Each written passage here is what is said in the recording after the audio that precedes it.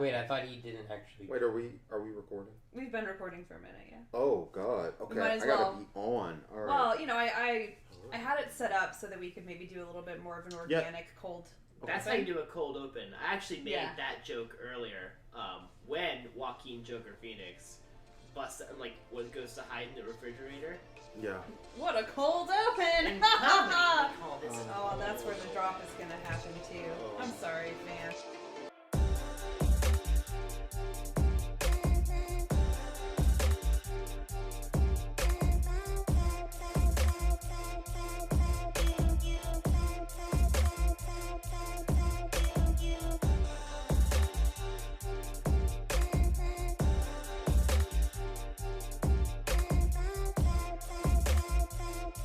Yeah, the Richard Jewell thing. Wait. Y'all shut the fuck up. Let me introduce the show. Why? People know what show they're listening to. Because it's tradition. I don't fucking know. They know what show it is. Because we live in a society, Oh, right? Oh shit. Society has rules that we're not about to reject unless we're feeling a little crazy. So anyway, coming back from because we live in a society. Right. Which we Right. do. Wait. This is Rachel. This is Brandon. And this is the society. Oh, And today we have our special guest, Jonathan Stackerwitz. I prefer Jokathan. Jokathan Stackerwitz. this is I gonna be. don't prefer that. I'm John. And you're listening to Red Clay. In today's special episode, we are going to talk about Joker. It's the greatest film of the week. The worst film of the week. It was a film that was made. They did make it. Joaquin Phoenix did a good job. Joaquin Phoenix can act his fucking ass off. Yes, Joaquin Phoenix, very good. I was not sure what movie this was going to be, like, when it starts, because he does, in the first few minutes, he does a lot of, you think it's going to be like The Master. He does a lot of caterwauling and jumping and rolling around on the ground and stretching, and you think he's just going to be, like, kinetic and weird for the entire movie. He kind of is. It slows down for about the middle, and things are happening to him, and he's just looking sad. It did seriously dip in the second act. Like, there was a lot of shit in the second act that really wasn't interesting. Right. That could have been cut. Which stuff specifically? Just, like, towards the second act, I just got bored and checked out. Like, I was fucking playing Bejeweled on my phone. I mean, we'll get through it. We're gonna play by get there. play. Yeah. But it did feel it felt a little long.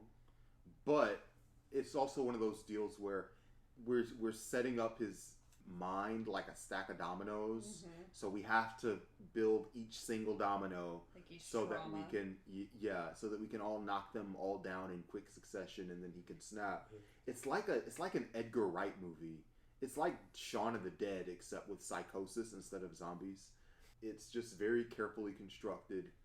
That's fine. generous. It had zombies. It had zombies. Okay, It wait. taught us.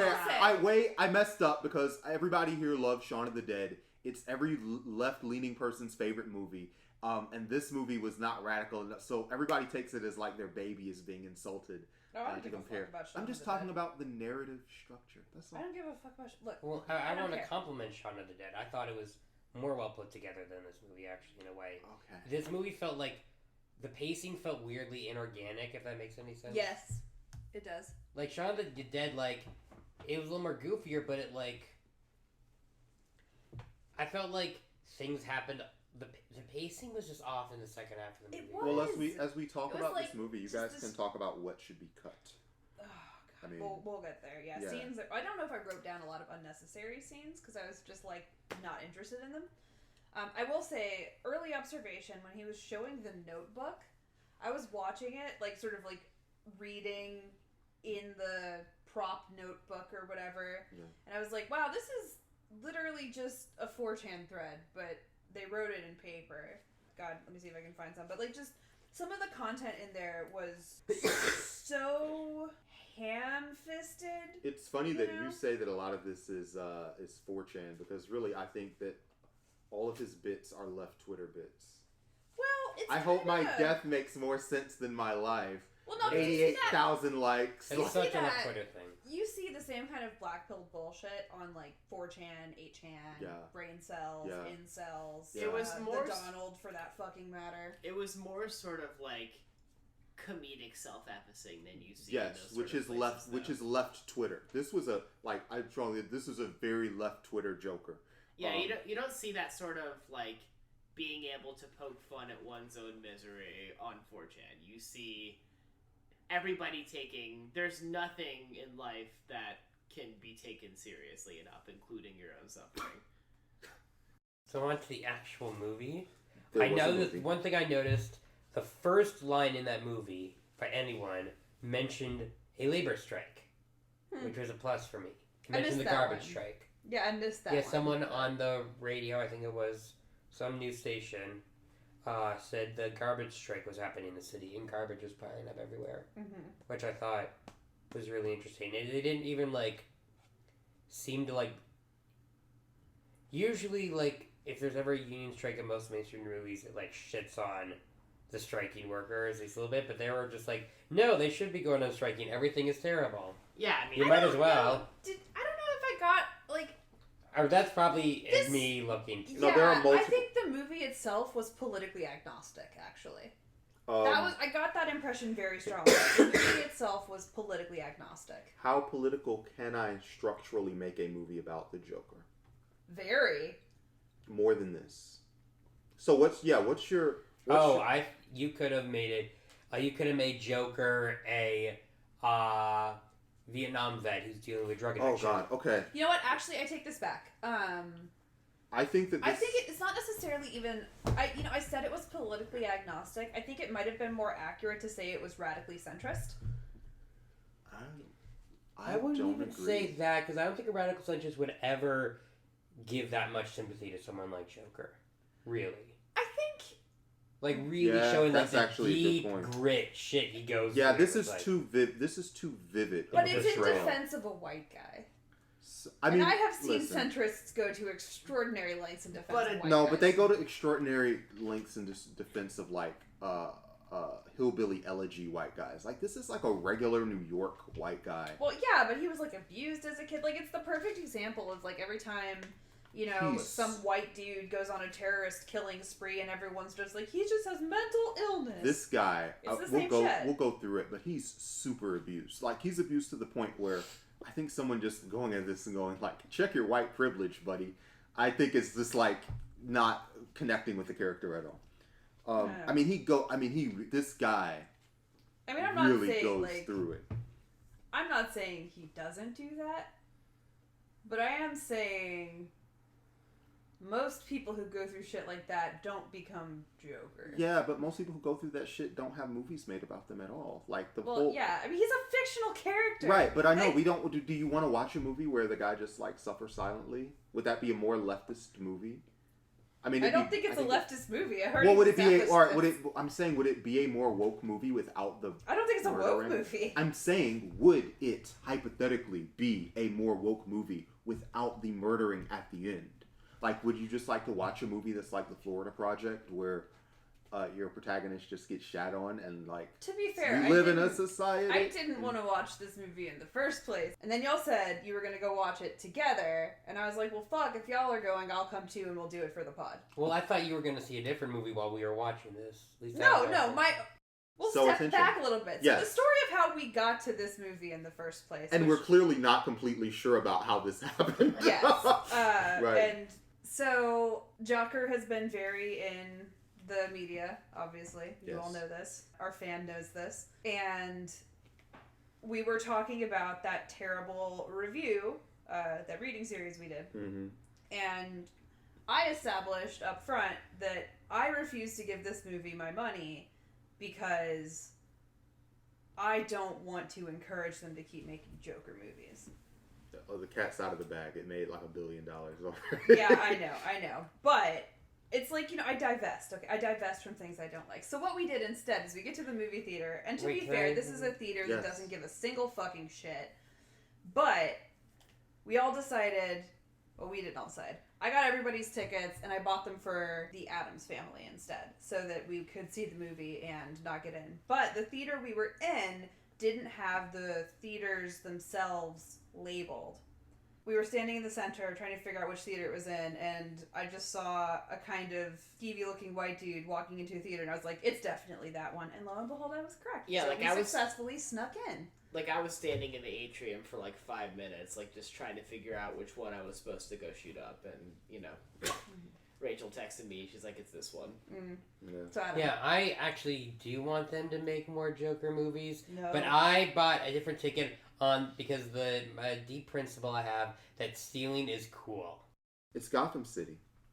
And we know it's Gotham City because this man is immediately assaulted in the first 20 seconds of the film. He's minding his own fucking business. And just some guys just come snatch his sign. Brown guys. They were brown. They're brown, and that's very important because the movie's super racist. No, but I did notice coincidentally that, like, in the first half of the movie, the majority of people who were mean to him were brown people. In order for this movie to be politically correct, it should have been a racially diverse gang. And we'll work on that in the future. Listen, I'm just saying, when you are literally saying, and I quote, they'll take anything and their animals about Latino children. Dude, this is and a then Batman you give the movie. guy a gun. This is a Batman and movie. you know that you're going to have a shitload of incels watching this movie. Like, maybe that's dog whistling a little Yeah, bit. Do you think that the white rape gang was also dog whistling? Or were they... No, I think that that was that was white male ressentiment is what that was. I actually do have a response to that one. I think those white guys registered with you as people.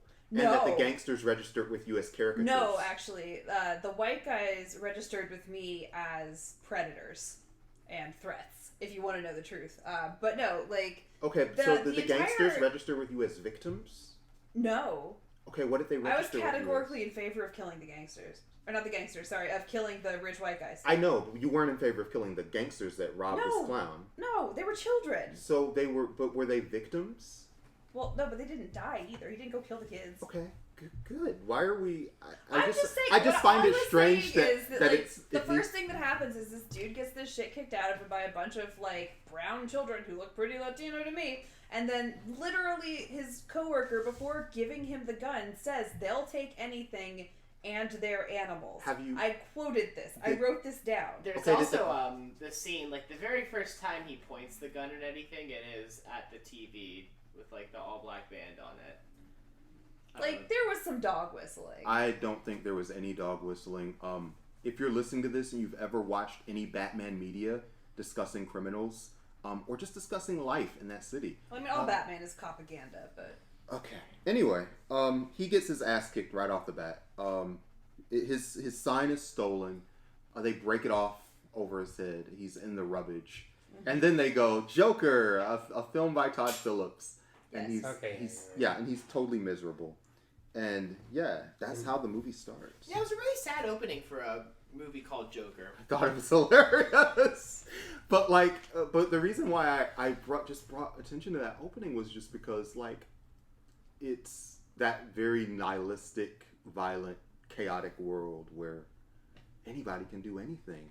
And I think that shows itself as the murdering starts. Well, I think, and I'll be sort of continuing to make this point, but like the perspective of this movie was clearly about, or the perspective of Joker in this movie is that, you know, he is a disaffected white guy whose life has been ruined by class, basically. And it's sort of like an apologia for, like, the ressentiment of white male working class people, you know? And I have a lot of thoughts about that topic philosophically, but, like, that was very clearly a consistent thing. That's why, you know, they positioned him against both the brown people and the rich people, right? Because that's sort of this entire milieu of alienation for him, you know, where he is disconnected from everybody. And I mean, I firmly believe that's who this film is for, right? Is disaffected white guys. Other people could see it for other reasons, but, like, in terms of, like, the perspective of it, like, the psychological underpinnings of it, it's white male working class ressentiment through and through. Okay. He goes to a court, I guess this is a court-appointed therapist. I see he just left the hospital. Well, whatever. He's got state-appointed. The state has given him a therapist. and he's got to keep a notebook. And the therapist like tells him, can you show me your notebook? And listen, if I get out of a mental hospital and I've got a notebook that's for my therapist, I'm not doing bits in the notebook, and I'm definitely not scrawling them in as crazy a way as possible. Right, I'm like just, naked titties and stuff in there. yeah, and I'm just scrawling. Yeah, I definitely saw like Yeah. porn he had drawn. Yeah, he had drawn porn. One of the lines in there that I particularly noticed was like, the worst thing about mental illness is everybody expects you to act like you don't have it. Yeah. Yes. And I was like, honestly, that is true. Like, that is a true thing. And I felt like this film did have a really compassionate view of mental illness. That it's compassionate because the Joker is basically a left Twitter personality. Well, yeah, but not left. He's a left Twitter personality. Not exclusively left. Okay. Not exclusively left, but he's a left Twitter personality. No left Twitter personality is exclusively left. No, what I'm saying is, like... No, I know, you're there's saying... nothing unique to that pathos on the left or the right. I don't think that the worst thing about mental illness is that everyone expects you to act like you're normal would ever trend in a right-wing community. No. I don't think that line... I don't know. We're going to go through it. We're going to go through this. But We're going to listen, go through this back and forth. I think that they were pandering to both audiences in different ways. We can also discuss the semiotic Did you notice intent that of... the clock, when he was in the asylum, was timed to 11:11? Oh, God. Really? It actually was, yeah. Oh, okay. I'm glad you have a very sharp eye. Of course, he's very skinny. He's stretching and, Contorting yes, and he's writhing. contorting and writhing the whole movie through. He's like just trying to get his Oscar. I mean, he's getting paid. He's like, let me try to get an Oscar too. Imagine getting an Oscar for a fucking superhero comic movie. This is not really a superhero, but... I mean, Heath Ledger did get one. Fair. I don't know if Imagine being the second For the person to same get an role. Oscar. Yeah, That imagine would being be the second incredible. person to get an Oscar. Are there any other quick hot takes? Are there any other Oscar-worthy superhero movie roles? Cesar Romero as the Joker in the Batman movie Of course, from and Jack 1965. and Jack Nicholson as the Joker. And Mark Absolutely. Hamill as the Joker. Yeah.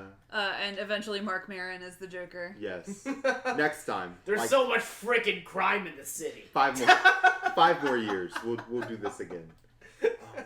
I will be amazed if the next Joker movie takes 5 years to come out. Oh, well, Like, I give it 3 Oh, minutes. they're already... they're not gonna make a sequel. No, they're already making another Batman movie, and they've Yeah, already that's cast the Joker. Told you. As like Joaquin Phoenix as the Joker. No sequels to this. Okay. There can't be. Yeah.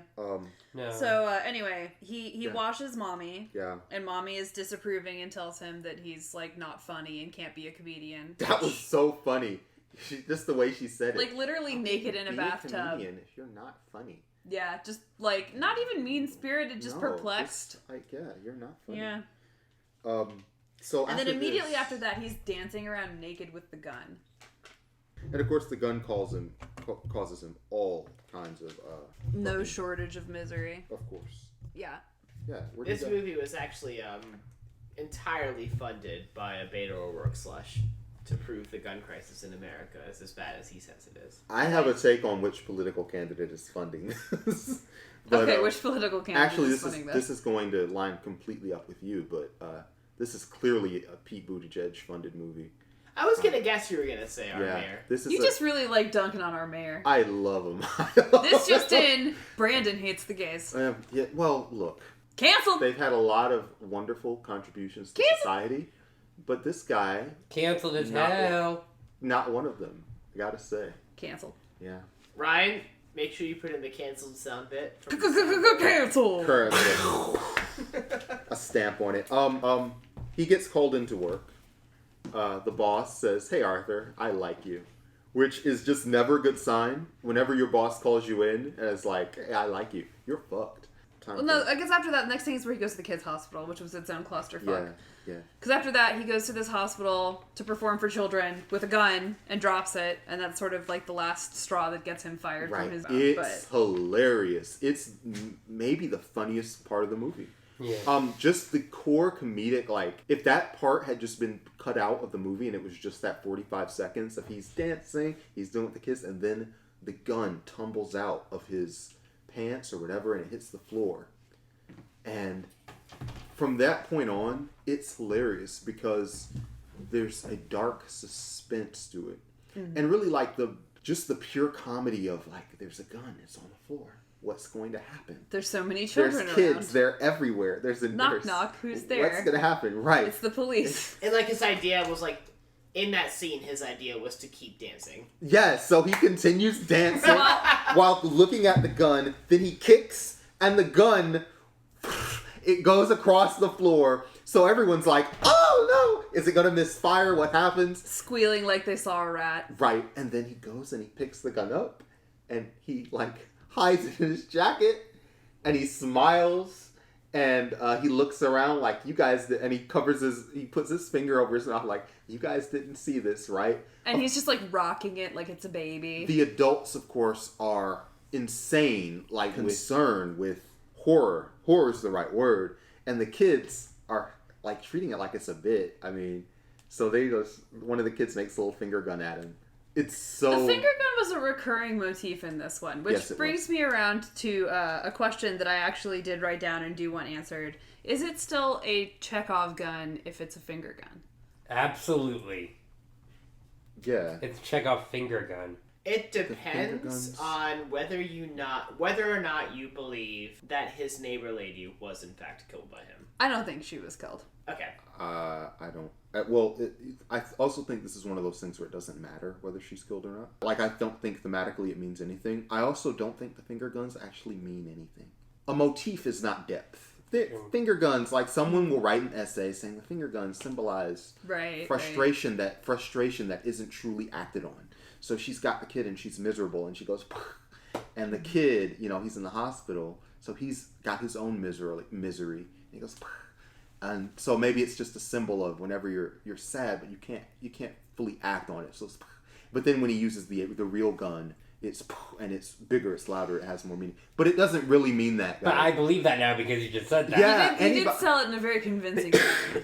Anybody can say some shit, but well, the trick to art critique is to be able to make a convincing argument for why something means something. You can never. I mean, Death of the Author. We're already talking about this. Yeah. But I do think. But Joaquin Phoenix isn't dead though. Well, he also isn't the author of the film.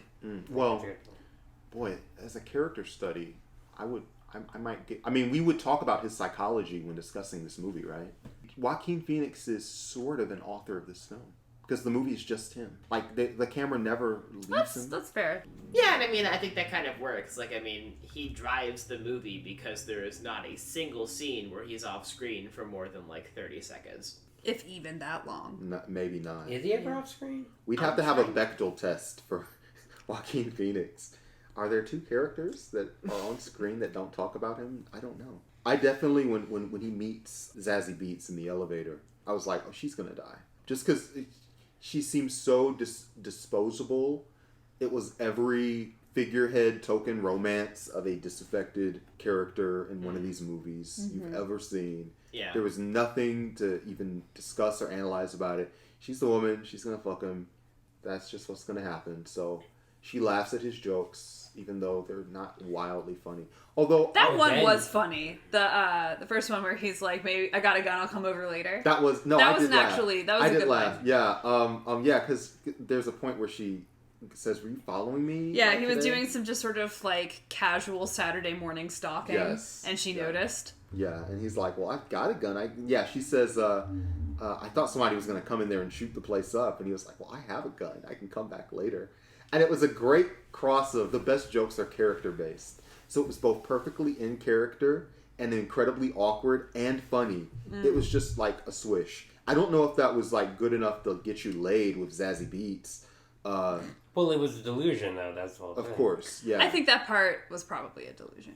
Yeah. Well, no, that whole with showed that whole in the flashback. All of their conversations were delusional. Everything all of that wasn't them first meeting the elevator and then him stalking her were delusions. Yes. Yeah, because the last thing you ever hear her say is your name is Arthur, right? Implying that they've never really directly met. She's they live near each other, but that's it. Yeah, you're right. All right. Yeah, just the fact that she's like, who the fuck are you? Well, I know who the fuck you are, I think, but what are you doing in my apartment? Yeah. And she knows that he's not mentally well because she freaks out as soon as she sees him in the apartment. I don't think he made a single joke that landed that was not like in fiction in a hallucination. This may be true. We might have to like cross-check as we go. Hey, Joaquin. Send your complaints to Adam on Twitter. Yeah. Hey, Joaquin, if you're listening, drop a note in the comments below and set the record straight. You were Joker. Oh wait, when they meet in the elevator, what does she say that the kid repeats over and over again? Oh, like, this is such a horrible place to live. Oh yeah, this is a horrible place to live, and the kid's like, this is a horrible place to live. Oh wait, no. There was one There's like an alley joke thing. that he made in fiction or in real life that was funny. What? Which was when the two other clowns come over to his apartment, and he kills one of them, and then he allows the little person to live. That was objectively. But here's the thing, though. It was that very was a physical. darkly That was a funny. physical comedy bit. That wasn't Yeah. like him doing a bit, like a Right. Well, and it was stand-up bit. contextual. Like, the humor in the scene. So, Oh god, in the scene, we're what skipping. happens Whatever, is... it doesn't matter. Yeah, it's Yeah, we're fine. kind of all over the place, but It's fine. What else Yeah. is new? It's this podcast. If you're Yeah. listening, you expect it. Correct. So, in the scene, the coworker that gave him the gun and then threw him under the bus for having the gun to avoid getting himself in trouble shows up immediately after he kills his own mother and says some fucked up thing to Arthur, and Arthur grabs a knife and just stabs him in the jugular. fuck out and of him. Yeah, kills him. Like, stabs him in the throat, stabs him in the eyes, leaves him very dead on the floor.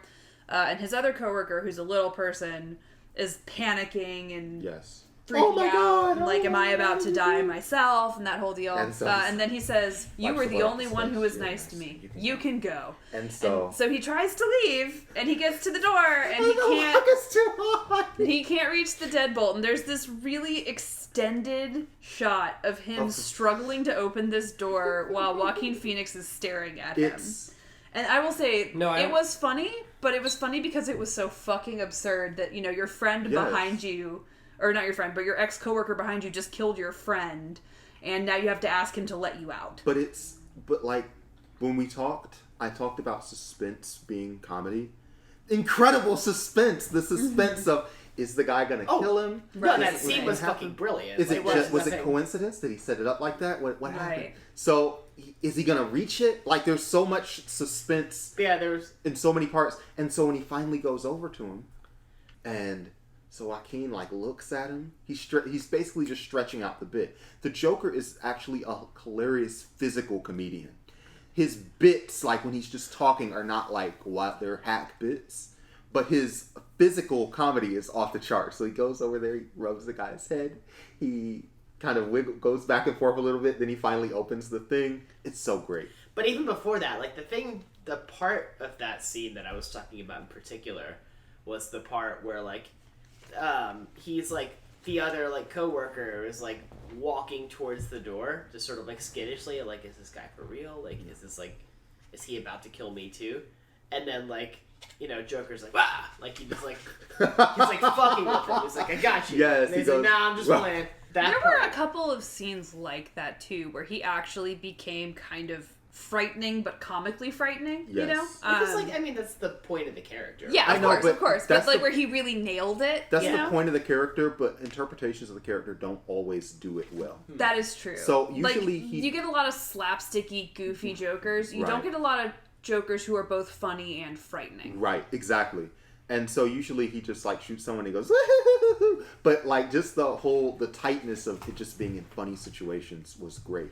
I think another one akin to this is when he shows up at Wayne Manor and he's just standing in the bushes and little baby Bruce sees him through the bushes and he just ducks down below a wall and comes back up with a fucking clown nose on. And I'm like, if that happened to me, I would be screaming from the second they came back up with their face different. Like, Yeah. that part actually was creepy. It was, like, genuinely frightening. Not like I wasn't scared, Right. but, Yeah. you know, if it happened in real life, I'd be terrified. Yeah, and then you see, like, young Bruce standing there, and, like, he walks up to the gate that young Bruce is standing behind, and starts doing some basic magic tricks. All of this wordlessly, mind you. At no point does he address this child with English words. No. And then you see, like, a shot from behind Bruce's head, and you see the Joker's hands positioned just such that you're like thinking like, is he about to hurt this person? Mm-hmm. And then you see, like, the camera pans around, you see him pulling, like, Bruce's lips up into a smile, like, the same way that he was doing to himself at the beginning. But it didn't look like a smile even. It looked like a rictus grin. It looked... But yeah, that specific smile, it definitely evokes death. Yes. I will give credit on that one. The way that he pulled people's lips up, his own included, evoked death. Yeah, it was... It was good. It was... Yeah, I mean, I thought it was, like, terrifying, but also, like, weirdly, like, emotional, because, like... The Joker thinks this is his younger brother. Yeah. That's also very true. That's very true. And he's trying to bond with his family here. Right. Yeah. And then Alfred shows up and tells him to bugger off. I don't think that was Alfred. That was who the fuck else would it have been? It was a British brother. Bruce in a British accent. It was a British person, but Alfred's never had a beard. And also, this was a very hefty guy. I mean, he was very... Well, this is him very young. You can, beards, like, come off, right? No, like, they you don't. Can shave them. I cannot imagine a different person living at Wayne Manor who would call him Master Bruce in a British accent. And also, like, the timeline lines up. Like, he probably, like, just became waifish as he got older. Like, and also suddenly a single parent to an orphan. Sure. In the orphan's house, and also technically he's the help. Okay, well, he's a husky, bearded Alfred. Mm-hmm. Yeah, I mean, Alfred's super awesome. Could do awesome stuff when he's, like, really old. I can imagine what he was like in his prime. Yeah. True. Just whooping ass. True. Just whooping ass. That was about the point where I started to get bored. Was like after that scene, it lulled really hard. They have a couple of false peaks, like from the first time he kills like the banker boys to he like suffocates his mom, and then those all build up to the climax where he shoots Murray on the air. Right. Like I feel like they opened the valve a little too much, too early. I feel like they weren't sure about the attention span of the audience. Because, how long can you go between kills? Yeah, like, just because, like, if you do, like, a falling down thing, falling down is incredibly deliberate. It's basically the same kind of story, but it's very slow-paced. And here, they don't really feel confident enough in this movie to just have a character study and the violence at the very end. So they put in, like, some violence to like, give you a little violence to kind of escalate things. An amuse-bouche of violence. An amuse-bouche of violence, which could be an episode title. Yeah, like, think about the kind of payoff that the Murray scene would have been if it was the first kill of the movie. Yes. Maybe because there is, again, that play of suspense being funny. Yeah. And there's a lot of suspense in that last scene with Murray.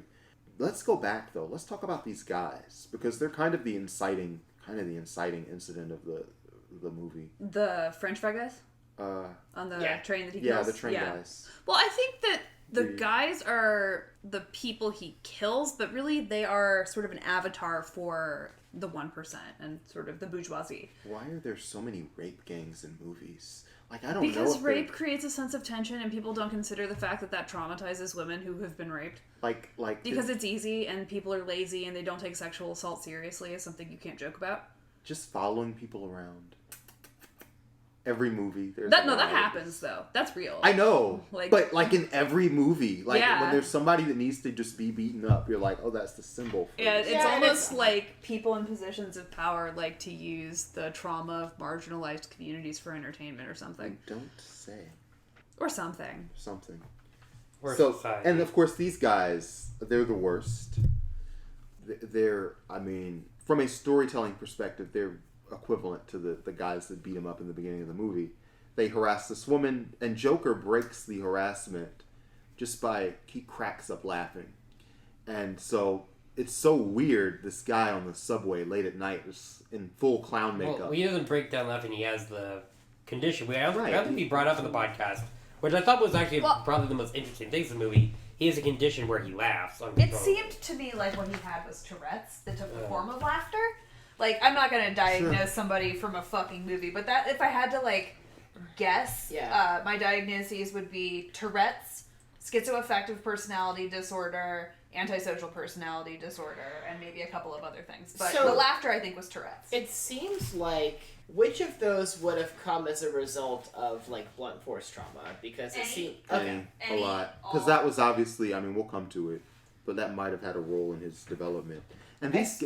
Go ahead. Yeah, like, I feel like that was very definitely, like, the thing they were trying to take away. Like, I mean, this affectation has been a curse that he's carried his entire life. I mean, like, it's cost him, like, his job because it upsets people. It cost him his comedy career, and, like, him finding out, like, that tying together with, like, finding out that his mom was directly responsible for it, I think that was sort of the through line they were trying to draw. In addition to, like, I guess this is actually my central thesis on the movie. A lot of the scenes in this movie work because they're absurd situations and they're very suspenseful. So, like, the scene with the scene where he goes to the comedy club, how's he gonna do? The scene with the gun in the children's hospital, what's gonna happen? Who's gonna get killed? So sad I missed the scene where he was actually in the comedy club. Yes, you did. Fuck. These guys are just stomping. I mean, these guys are just are notice that he's laughing and they go fuck with him because the woman just left, and so they just gradually just escalate to just beating the shit out of this guy, and they're just stomping on him. And how many separate times does he get circle stomped in that movie? By the way, 2, 3, I think just twice. At least 2. Yeah, I think just twice. So for his second circle stomping, it's lovingly shot. It's very slow motion. It feels like Zack Snyder's doing it. And you can just feel the text "We live in a society" painted over it. As these rich pricks just whip his ass. And then Chekhov's gun does come out because we kind of forget about the gun for a little while, and then it just goes off. Oh, I did. I knew that was going to happen. Well, forget. We were lulled. Nothing happens with the gun for a little while in the movie, so we are wondering what's going to happen with it. How's it going to happen? So, just in the middle of his circle stomping, he kills these guys. He shoots 2 of them. One of them just runs for it, and he chases the guy down through the subway, and he murders him, and he becomes a big dick alpha male. Well, so after that, he goes around and does a bunch of casual dancing to de-stress. Yes, he locks himself in a room and he does feng shui. Yeah, he danced in the bathroom. I thought that was very artistic. He was doing Tai Chi. No one cares in Gotham. The cops, I mean, they do start coming for him the next day, but it's Gotham. No one cares. Yeah. He goes down, he fucks Zazie Beetz immediately because it's that kind of movie. And because like his reward for becoming violent and no longer, his reward for violence is no longer being an incel because he like found his balls by killing people or whatever. Yeah, one thing interesting, one of the immediate results of the shooting is Thomas Wayne goes on TV and says, "Why would a coward hide behind a mask?" I saw that because they envy us, and that was kind of the scene where I came to the conclusion that this is a radically centrist movie because what you have is people dressed up as clowns, which is the alt-right's thing, who are holding up signs that say, eat the rich or whatever, which is the left's thing. Clowns. And then you have the movie itself portraying those as a single entity, which is the center's thing, which is why I think that it is coming from a centrist perspective. I would agree with you, except Thomas Wayne is not a nice enough person for it to be a radical centrist movie. Especially compared with how he was portrayed in Batman Begins. That is a great example of what a radical centrist Thomas view of... Think of what a white guy who self-describes as a centrist believes, though. Like, he doesn't believe that the rich are good people. That's not true. He believes that they're, like, cunning and they got there because they earned it. And, oh gosh, the system is broken, but that's just how it is, and we can't do anything to change it. I think the radical centrist Batman is obviously the Christopher Nolan films. I think this one is, like, you're talking about, like, a clown motif. Well, first of all, we're doing the Joker. Well, yeah, but what I'm saying is we have it with the protesters. The alt-right only started doing clown stuff, like, a few months ago. This movie's been, like, was made, like... and Joker's been out since the 50s. So. Yeah, but the alt-right has been claiming Joker and, like, that kind of shit for a minute. When did this movie was proposed like 8 years ago. I don't think that 8 they were... years ago? Yeah, as soon as Man of Steel was made, if I recall, Todd Phillips went to DC and was like, okay, we need to do something that's off the brand or whatever and do like an Elseworlds movie. But but either way, yeah, like it takes time for a film to be filmed and then to be published and produced. And a couple of years. I get what Clown World just started like 6 months ago. It kind of is, yeah. Also, another thing that makes me not believe is that everyone instantly says three guys he shot were pricks who deserved it, except for like the elite people in the film. If we were making it's not even there's not even like a time. There's no sympathy for these guys. Yes, absolutely no sympathy. Yeah. And it's not in a way that like portrays the public as like some sort of uncaring psychopaths. It's like it's very just doesn't portray that as unjustified at all. Okay. It makes it very clear out the film that Joker isn't the only one going through shit. I can see. Thomas Wayne is an incredible prick in this movie. Yes. Yeah. He's the worst. I wouldn't even say he's like. I mean, yeah, he's a prick, but if you actually look at like the entire like movie from his context, it's like super just. This like stalker shows Yeah, this up. weird stalker, like the abused adopted child of a former coworker. And it's like, dude, please just leave me alone. This is super weird. That's true, but if you think of any other version of Thomas Wayne, like Batman the Animated Series, Thomas Wayne would have been like, wow, this is really fucked up. Can I get this guy some help? We failed his mother. Well, that's the thing, though. That's why I don't think it's radical centrist, is because... No. It doesn't have this sort of veneer of noblesse oblige. Yeah, he does not have that Yeah, at all. In fact, you can't make a radically centrist movie with no noblesse oblige, and this movie definitely, whatever you want to say about it, does not have that at all. I love... People are too mean to the rich. I'm running for mayor. They may not realize it, but I am their only hope. Buttigieg 2020. So what you're saying is Thomas Wayne, Pete Buttigieg. I think that's overly mean. No, Thomas Wayne is the one funding his campaign. Here's the thing. He's funding his campaign to be mayor of Gotham. Yeah. Oh. This is Thomas Wayne is way too aggressively mean to actually be Pete Buttigieg. I'm just making fun of him, but Thomas, he's very like Wall Street 80s psychopath in this movie. No. What really happens is Pete Buttigieg becomes destroyed by not becoming president. And then he becomes This Joker. is his origin story. He becomes Two-Face. Oh, snap! Oh, I love it. We can do a whole After cinematic. Antifa kills his family. We can do After a whole... Antifa hits him in the face with a concrete milkshake and it melts half of it. Oh, God. Yes. I love... It didn't even melt it. It just is on his face and he refuses to wash He it. won't It's some wash sort it of off. vague protest. As they hurt me! Look at my face! There's still concrete on it! Dude, have you taken a shower? No!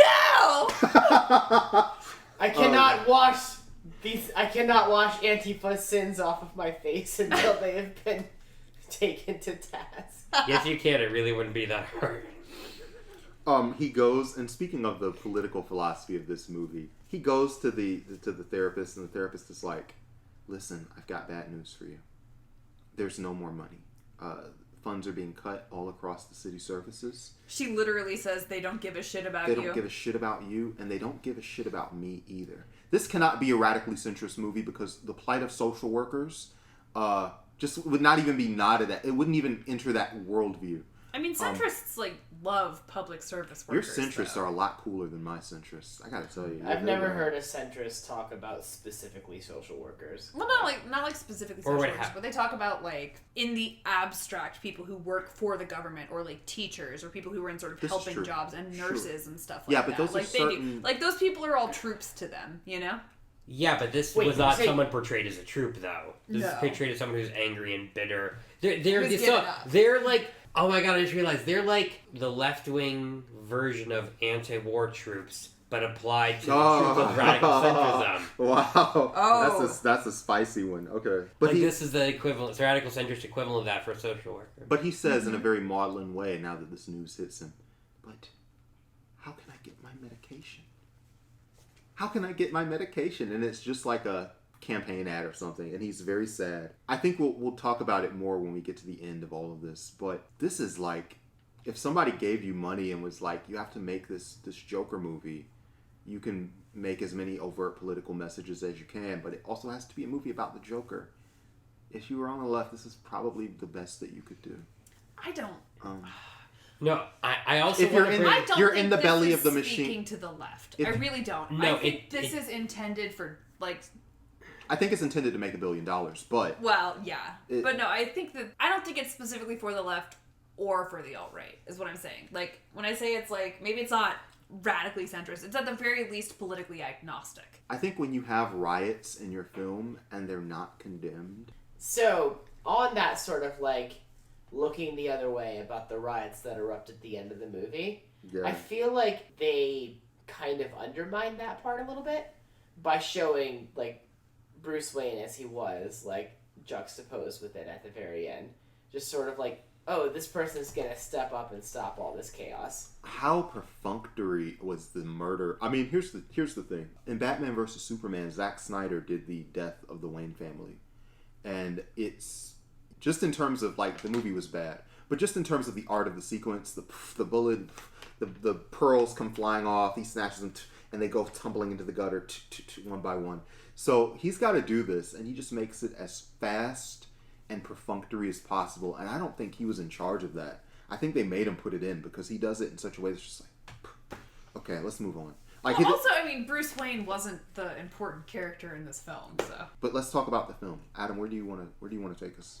One thing I also really noticed was after that scene where he goes to confront Thomas Wayne, and there's a protest outside that gala that was absolutely based off a Trump protest. There were a lot of people with resist signs.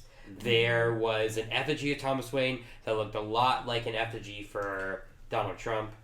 I mean, you're right. I mean, it definitely brought to mind a Trump protest. But also, if you're directing a film and you need to do blocking for a protest, I figure you'd like literally take pictures of the protests, and you're like, okay, we can put this here and it'll fit on a camera.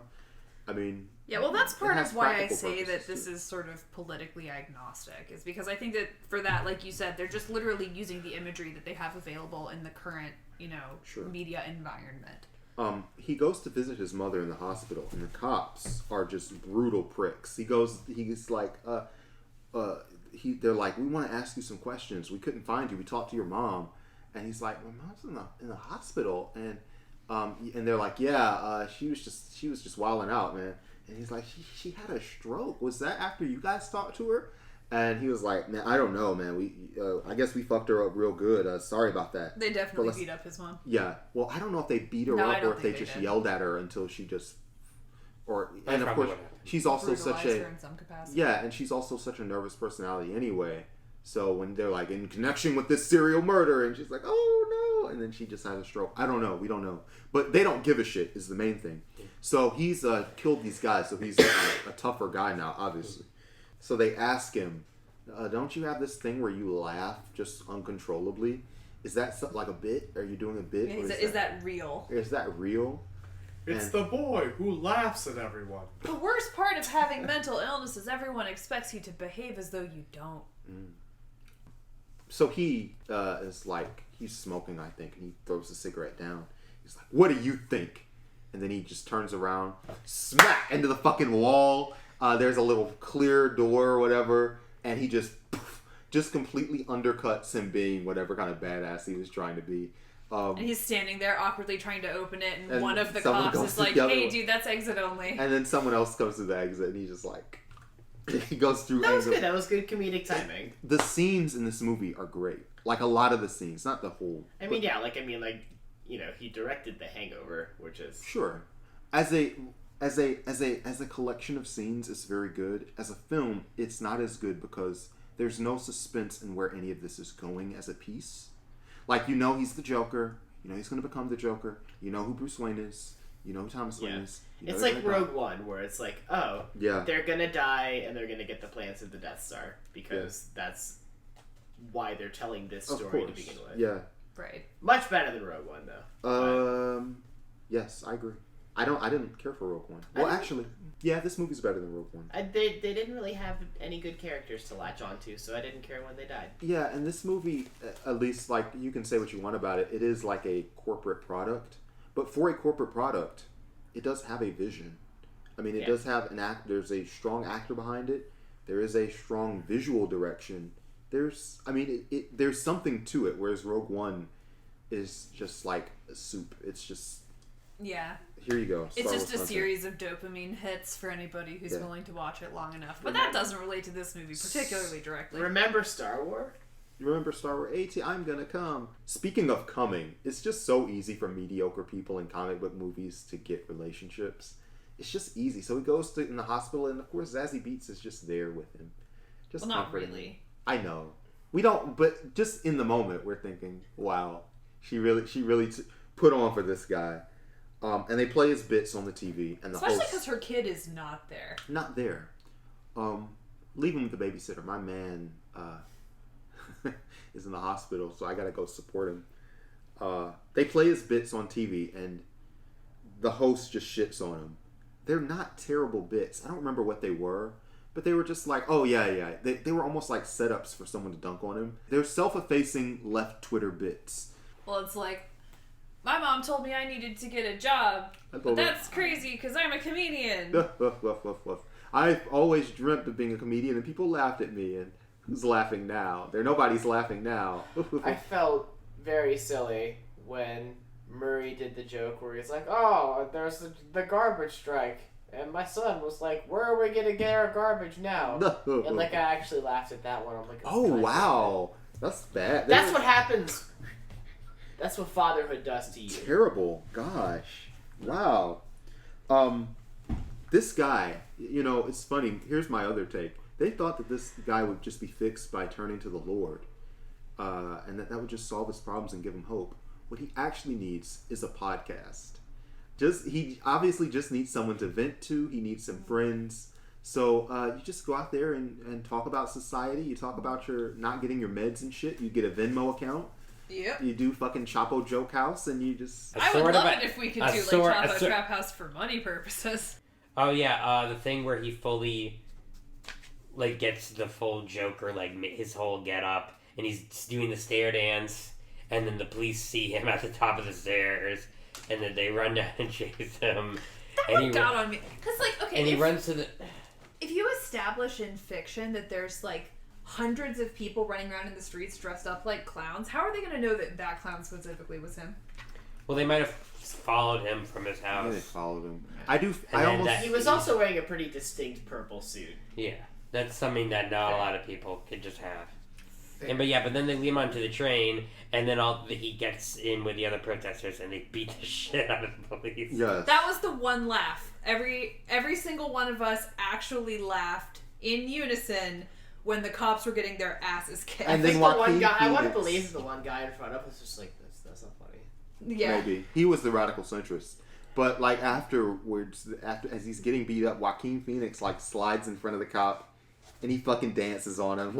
He does. It's just some real Fortnite shit. Fucking teabags his kill. He teabags him. He fucking does he does the floss. He dabs on him. It's great. Love to see it. And then he puts on another clown mask to disguise himself. Over his clown makeup. And the scene where he gets off the subway and he takes the clown mask off to reveal clown makeup, fucking brilliant. It's great. Yes, I love it.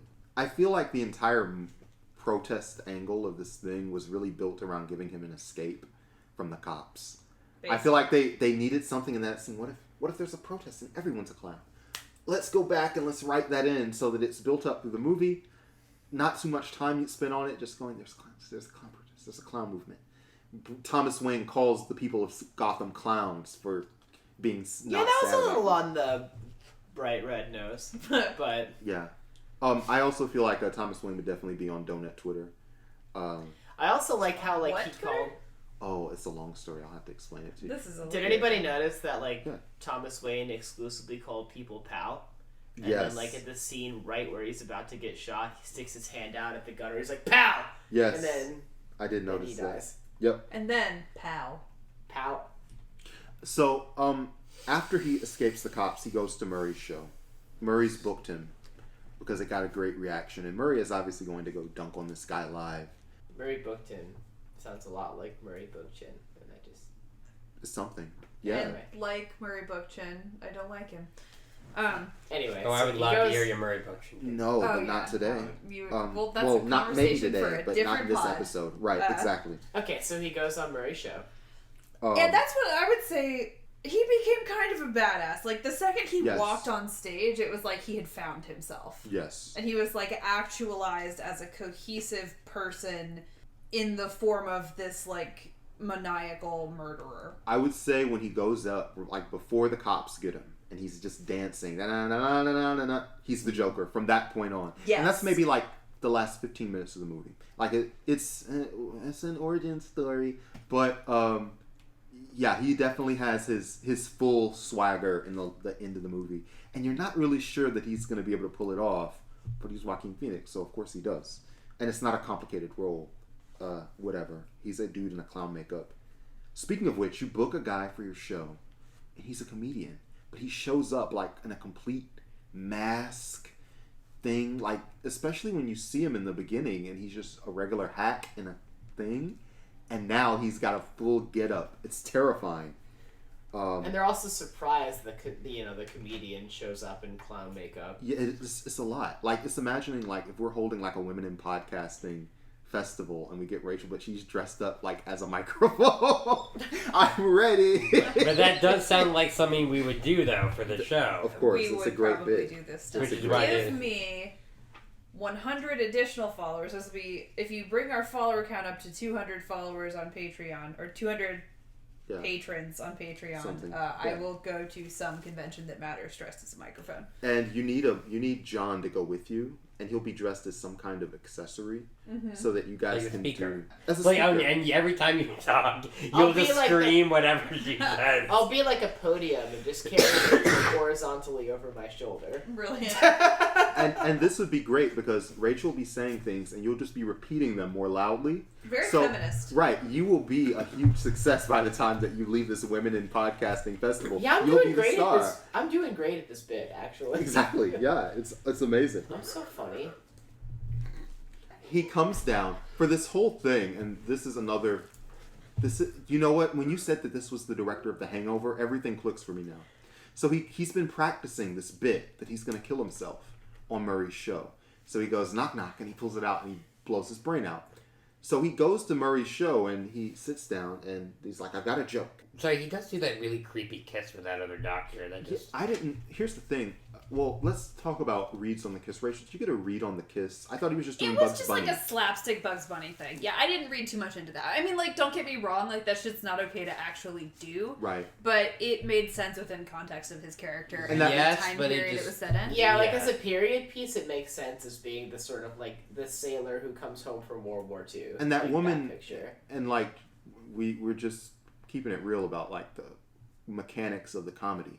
The woman's not a sexual figure, right? Like, she's an old woman. Right. So it's not like the same if like it was like a hot movie star and then he goes, then it's like a sexual thing. Yeah, I mean, morally and ethically, it is the same. Do not kiss people without their consent. But, Yes, but we're in just terms talking about of the like the mechanics setup in of the it movie being- of the joke right, itself, yeah, right. like the joke is that he's basically just being like cheeky. Goofy, yes. Yeah. So as he sits down, he's like, "I've got a joke," and then he reaches behind him and he pulls out, and it's a book. It's his joke book. So we're all like anticipating violence, but it's a joke book. And then he goes, and he wears it out because he's Joaquin Phoenix, so he's like flipping through the pages. Knock knock. And then De Niro's like, "You had to look that up?" Everybody cracks up laughing. That was pretty good. It was pretty good. Yeah, that was some good dunking. Yes. And so he tells his joke or whatever, and he admits to committing the murder. Everyone's aghast. And he's like, and De Niro's like, "You," and he becomes a righteous scold. He's doing like Edward R. Murrow or something, like out of nowhere. This comedy host is now like the voice of the nation or whatever. So he like becomes a journalist. Like, as soon as he admits that he's done this murder, De Niro's character is like, "Okay, now I'm doing news." I trusted him like a sort of Stephen Colbert figure. Yeah. So kind of like Jon Stewart might do with something like that, where he's just doing jokes, but then something happens. Yeah. He points angrily at the camera. Yes. He's like, "Listen, Drumpf." Yes. The futility of that entire worldview. But anyway, so he becomes a real journalist, and he's like, you killed those people because you thought it was funny? And Joker's like, "Well, I mean, it was funny." And, it can be funny. And of course, he gives his reasons for why he does this. And his reasons are very apolitical. There's all of this left stuff, and his actual ending is as apolitical as he can make it. Nobody is civil. Direct quote from the movie. No one is civil anymore. Like, you're supposed to be like an anarchist. Like, this is the Joker. He's like an anarchist murderer. Lack of civility is his, okay. Buttigieg. But wasn't that the whole point of the movie? Like, you made me this way. Yeah. Well, I think You treated me like an animal, so that's what I prepared. Yes. I think a big part of his character is about him trying to establish himself existentially in relation to the world.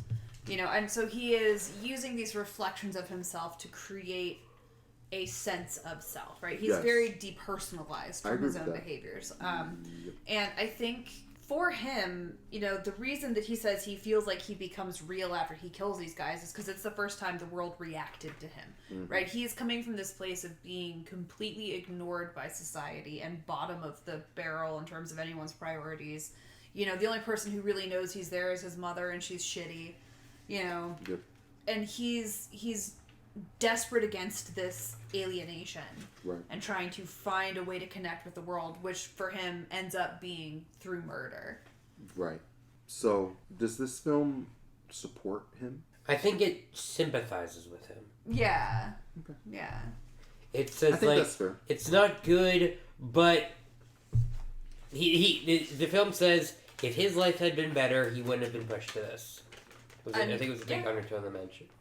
I think that they did a very effective job, actually, of laying out the field of all of these contributing factors without really leaning too hard on any one of them. Like, it wasn't because he was mentally ill. Yeah. It wasn't because he was poor. Right. It wasn't because, he got the shit kicked out of him repeatedly in life, right? It was all of the things. Right.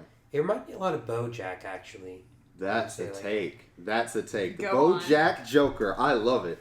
And actually kind of segues a little bit into another point I was going to make. Yeah, it does, it's very much like BoJack. It's laying out, these are all the factors, this is how they contribute, they played off each other, this is how they happened over time. But I think it's also interesting because we were complaining a lot about the pace, especially kind of the dip in the second act. And I think that really kind of isn't really the fault of the movie in the sense as a bad director, but just how much TV has improved in that regard, and how kind of spoiled we've become about how good you can do pacing now, and especially if you think about compare Joker to BoJack. Well, it's not. I mean, that's like comparing a book to a film. I mean, yeah. But I mean, BoJack's obviously going to be a much richer character because he's had 50 hours, 20, 25 hours to develop. Well, I mean, but that's the thing, though. I mean, does that mean you just shouldn't do character studies in a single movie, or? Well, no, I think it's more that there weren't enough things happening in the second half of the movie to make it engaging. I think it lagged because there was sort of this doldrums in the middle. I think the lag is just a functional part of the movie. I don't know if you could take it out. I don't think if we sat around and were like, let's improve this movie, I'm not sure that our version would be wildly better in terms of pacing. I think a lot of the pacing is just from those plot elements. We could just cut Zazie Beetz out from the movie altogether, right? Honestly, the movie would suffer exactly none from that. Yeah, it would save us. That arc was really unnecessary in his character. I think it was necessary. 7 minutes. Okay, I think it was... I agree it was unnecessary, but I still thought it made sense. It makes sense. No, I also don't really terrible. agree that there was a lull in the second half. I mean, there was a slight one, but I don't think it was that bad. Yeah. I don't think it ruins the movie. But I do think it dips a little bit. It was just enough that I noticed my attention was starting to really wander. And she has about, I would say, maybe 5 or 6 minutes of screen time. Screen time's valuable, man. If you can get rid of 6 minutes, you can do a lot. But it's not. I'm not saying it's terrible. It's fine. Yeah. It's okay. Yeah, it's fine. It's fine. I mean, the thing that made it for me was that it was all bitten in his head. Yeah. Now that we know that he is that disturbed, how can we blame him for anything? I feel like having that level of you're hallucinating an entire person and an entire relationship with a person, and you're completely convinced that it's real. You just aren't really morally responsible for anything at that point. You're so sick that you should be somewhere and getting meds and all this other stuff. Which he doesn't have access to. Right. And it's funny, before he kills the guy, and again, this fits this can't be a radically centrist movie. He says, if you take a mentally ill loner and you deny him, his resources and tools in a society that treats him like he's garbage, then this is what you get what you deserve. And he shoots the guy and he fucking blows the dude's dome off. And that becomes for the last 10 minutes of the movie with the violence and the riots. Everyone's just basically saying you deserve to die, and they riot and fucking murder these rich people. And I think that is the existential linchpin of the entire story. Is sort of this this question of agency and did you do this or did this happen to you? Yeah. That is the central existential question of this character. Have you seen Us? No. We should have watched Us and the Joker. If I knew the Joker would be like this, I would have been like, well, we need to watch this and Us together. Oh wait, no, Us was the yes, I have seen Us. Okay, yeah. Yes. Yeah. I haven't seen that. Oh, okay. Well, let's not talk about it too much then. I see the connection you're making, and Yeah. kind of like. To what extent are you an independent agent? To what extent are you a reaction to the society that created you, right? And I mean, that's really, ultimately, that is what this is very clearly about as a movie, is this question of existential agency. Yeah. One thing I thought was very interesting, one of the last songs, when he's been arrested, is in the police car, is The White Room by Cream. I thought that was odd and didn't really understand it. Some of the musical choices in this one were just weird. Very like in weird. multiple places, there were musical choices where I was like, "Why that one?" Very weird. I assume that was intentional. Though. Yeah, I mean, there was the whole controversy about using the Gary Glitter song when he's like walking down the staircase. Yeah. Well, clearly that was Intentional. Who's Gary Glitter? So Gary Glitter. Oh, I didn't even know that was a Gary Glitter. No, the one was like. Right. All right. Yeah, so he was like an arena glam rocker that was really popular in the UK in the 70s and much more popular abroad in the 1980s in like the United States. And he just did a lot of having sex with children. Like a lot of it. Never actually had sex with children that I know of. He had a lot of child pornography. Okay, well, still. I don't No, think he got- did. No, he actually. did, because then like they released him, and then he went to Thailand and raped a bunch more kids, and then they put him back in jail. Oh, and that's let him right. back out again, and presumably he's still raping. The people. controversy is No, he's just. still in prison. Okay, well, good, because he shouldn't be out, because he will rape children. Yeah.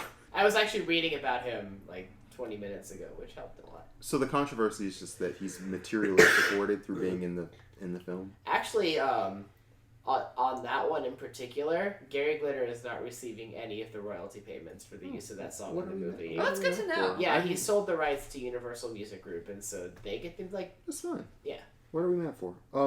He smothers his mom. I feel like this was something that we skipped over. I mean, killing your mother is like an integral part of any kind of Oedipus complex, so. Kind of. I mean, and he says the greatest line.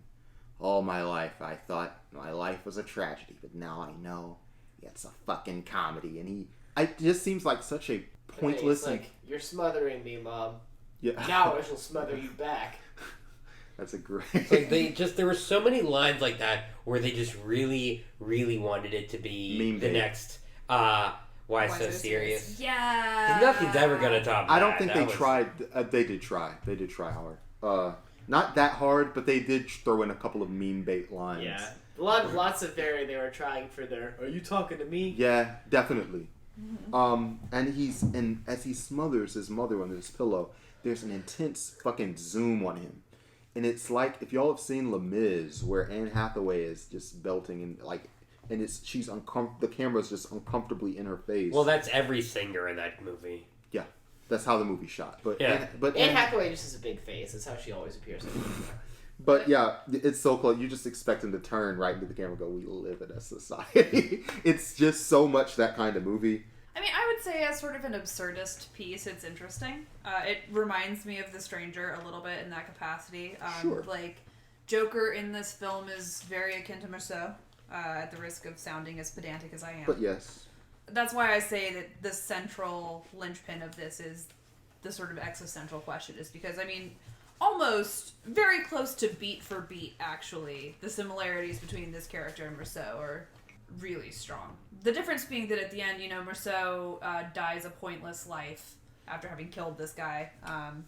Would that have been a better ending for this movie? Well, it wouldn't be the Joker if it was the ending of this movie. Well, he could have died. This is clearly an Elseworlds. I mean, you can do anything. No, I mean, I think that what they did instead was they had him literally pulled out of this He's reborn. crash. Yeah, exactly. He was reborn. Yeah. There's like very much Christ-like, or anti-Christ-like, I guess, in the case of this character. Right. But, he's being pulled out. He's unconscious. They're pulling him out by his arms very gently from this cop car that had been, completely T-boned, and they're pulling him out, and they sort of elevate him, and he's standing above everyone, and they're all clapping for him and cheering him on, and then has he this dances. moment. And he dances, right? And it's sort of the implication being that, like, he now finally has an identity as a villain, and that he has achieved his goals of creating an identity for himself. Or not, just like everyone likes him now, also. People worship him. Well, and people notice him. Yeah, and I think that's what it's about, right? Is he wants to be seen. There's the celebration, and there's also like the relief. There's a certain amount of relief in his dancing that maybe there wasn't when he dances earlier in the film, where he's like, I've made it. He's very content as he dances at the end of the movie. And there's also a scene afterwards where I don't remember, but he's laughing at something. He's in a mental asylum with him. Yes, he's cuffed, he's locked up, and maybe this is the week later, maybe it's 20 years later, we don't know. Maybe he's hallucinating. Maybe he's hallucinating the whole thing, and this is the first time he went to the hospital. Which is why I don't like the whole massive hallucination, because now I don't know what in the movie is real. I guess it doesn't matter. That's kind of the point, probably. Like he's like divorced from reality because he definitely caused the riots and killed people, though. Obviously. Sure. And then there's a smash cut to an 8-year-old boy waking up in bed with full clown makeup on, saying, "I just had the weirdest dream." And of course they play "That's Life," and that's Murray's catchphrase. Well, so anybody got any final thoughts? It's hard to argue this. This movie would have definitely been better not as a comic book movie. I agree. Yeah. Like, I mean, honestly, if every single thing from the movie was the exact same, except and Joker is just Clown Man. Yeah, except for the, like, Bruce Wayne being in it. Yeah. And, like, the sort of, like, his parents died. Yeah. Like, everything about that movie. Much better movie. I think, yeah, like, I mean, I think it's a self-contained and, like, compelling character story that stands on its own. And I think they leaned on the comic book trappings for funding. They had to, like, make money. And, you know, the thing that makes this character, like, that makes any character, like, interesting is you don't expect them. That's what makes something funny. But everything about the Joker is expected. Yeah. It's known. It's already there. So how can it still be funny? Yeah. So what you're saying with that tension. So what you were saying, if I have this correct, is that they kind of showed their whole hand because it's a comic book movie, because we have this sort of like built-in societal ubiquitous knowledge of what the Joker is and what he means. Yeah. I mean, they could have, here's the thing, it's an Elseworlds movie. They could have done, if they wanted to kill him, they could have, but I don't know. It wouldn't have been exactly the same. I think they probably made as close to as good a movie as you can make about the origin stories of the Joker, which nobody asked for, nobody wanted. Yeah. If this movie had been like a worse movie, we would have just destroyed it based on the premise that nobody wants to know about the Joker at all. Pretty good movie, not gonna lie. But it was fine. Yeah, it was fine. It wasn't terrible. Well, so going around, we'll do outro of ourselves and whether we like the movie. I'm trying very hard to wrap this up neatly and create some structure here. So we have John, our special guest. Hi, my name is John. You can find me at Pics of John on Twitter. And did you like the movie? Yeah. Okay. Brandon Buchanan. I'm at Brandon Buchanan on Twitter. I'm not sure whether I'd recommend this movie to a fan of the Joker, but it's a funny movie. I'm Rachel Kahn at Reach Rachel Kahn on Twitter, and it was fine, honestly. It was like if The Stranger was a comic book movie. Hey, this is Adam. I'm Cardo at Cardo Adam on Twitter, and I really like the movie. And remember, eat shit and die. All retweets are condemnations. Let's eat some soup. Let's eat some shit. No. Soup. All right. Soup. Bye-bye. Bye, everybody.